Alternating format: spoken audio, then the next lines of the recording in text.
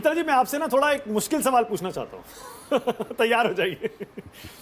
अगर शीतल जी आप कांग्रेस पार्टी के अध्यक्ष होते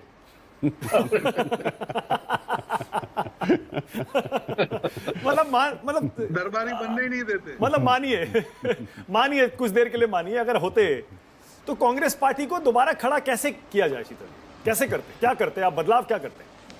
नहीं नहीं, मैं हूं या कोई हो, उसके लिए कोई संभावना इतनी आसान नहीं है कि उसका सरल में जवाब दे दिया जाए। हाँ। इसलिए मैं उसकी जगह दूसरी दूसरी चीज पे जवाब दूंगा। मेरी कोई ऐसी इच्छा नहीं है किसी भी किस्म की हाँ, राजनीतिक बोलिए। भागीदारी की कहीं भी। तो देखिए, अभी की जो परिस्थितियां हैं उसमें कोई भी विपक्षी पार्टी के लिए, सिर्फ कांग्रेस के लिए नहीं, किसी भी विपक्षी पार्टी के लिए इस समय जो वर्तमान बीजेपी मोदी जी और शाह जी के नेतृत्व में है, उसके सामने टिक पाना बहुत ही मुश्किल है। उसकी वजह यह है कि आप देखिए, कांग्रेस के पास इस समय जो फाइनेंसेस हैं, जो रिकॉर्ड पे है, 300 करोड़ के आसपास है, और बीजेपी के पास 10,000 करोड़ है। कुछ राज्य की पार्टियों को आप छोड़ दें तो जिनके पास कुछ 1,000-1,500 करोड़ है, ये ऑफिशियल है, ये ऑफिशियल। इसके बाद आप पाते हैं कि सांगठनिक तौर पर वो कितने समर्थ हैं इस समय, उनके लिए मीडिया में कितना फेवर है उनके पक्ष में, जिसके आरोप लगते रहते हैं। सोशल मीडिया पर उनकी प्रेजेंस कितनी बड़ी है। गवर्नर वगैरह के इस्तेमाल पर आप आज ही देखिए, सुप्रीम कोर्ट का तमिलनाडु के गवर्नर के बारे में फैसला है। ऐसा एक भी फैसला पिछले 75 साल के इतिहास में नहीं आपको मिलेगा। कुछ सरकारें गिराने के फैसले थे, लेकिन सरकारें पूरे पूरे बिल लेके गवर्नर बैठा रहेगा 3-3, 4-4 साल, और उसके बाद कोर्ट जाइए तो वो राष्ट्रपति यहां भेज देगा। ये अब नॉर्मल सिचुएशन है इस समय भारत में। मुझे अध्यक्ष बना दीजिए, आप बन जाइए, किसी इस पैनल में किसी को बना लीजिए, कोई उसमें जादू नहीं कर सकते। ये असाधारण परिस्थिति इस देश में इस समय है। इसको स्वीकार करते हुए हमें आलोचना या वो करना होगा।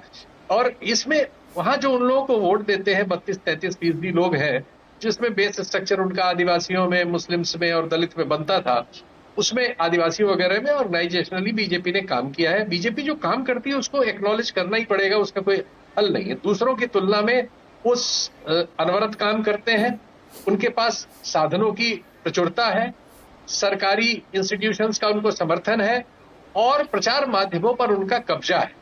इसका मुकाबला करना है, वो कांग्रेस करे, आम आदमी पार्टी करे, अकाली दल करे, ममता बनर्जी की पार्टी करे, कोई करे। कुछ जगहों पे, कुछ राज्यों की विशेष परिस्थितियों के कारण आपको मुकाबला या हमको मुकाबला दिखता है, वरना पूरे पैन इंडिया में अब कोई मुकाबला बहुत दिखता नहीं है भाई। स्थितियां बहुत ही विपरीत है विपक्षी राजनीति करने के लिए। ऐसा मैं इस चीज का उल्लेख करना चाह रहा हूं, और उनकी ग्रोथ में इसको आप देख सकते हैं। अब लोकसभा में जो 24 में हुआ है, वो 63% तक चले गए। विधानसभा में 50% का बैरियर, ठीक है, वो 17 वाले इलेक्शन को छोड़ दें तो 50% का, लेकिन उसमें भी परसेंटेज वोट उनका 50 पहुंच रहा था। तो 50% का बैरियर विधानसभा में क्रॉस किए हुए उनको वक्त हो गया।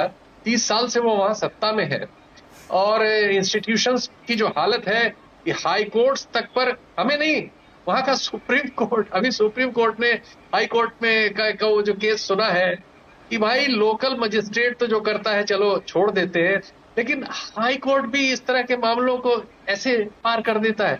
तो ये बड़ी परिस्थिति असाधारण है, जिसमें आप हाई कोर्ट तक से एकदम अजीब कोलैप्स देख रहे हैं। यूपी वगैरह के मामला देखिए, यूपी के मामले में भी सुप्रीम कोर्ट ये कह रहा है कि क्या हो रहा है, तो मतलब थानेदार जो मन में आ रहा है, सो जिस चीज में सुप्रीम कोर्ट के डायरेक्शन है सीधे सीधे कि सिविल मैटर्स को आप क्रिमिनल बना के किसी को नहीं फंसा सकते, इसलिए डीजी को बुलाया, उत्तर प्रदेश के डीजी को। लेकिन आप देखिए, यहां घर न गिराने के आदेश है, रोज घर गिरते हैं। आप बहुत ही विपरीत परिस्थितियां हैं, ये असाधारण परिस्थितियां हैं। तो आप मुझे अध्यक्ष बनाइए या किसी को बनाइए, उससे इलाज इसका नहीं है। शीतल जी ने हाथ जोड़ दिए। शीतल जी कह रहे हैं कांटों का ताज मैं नहीं पहनूंगा।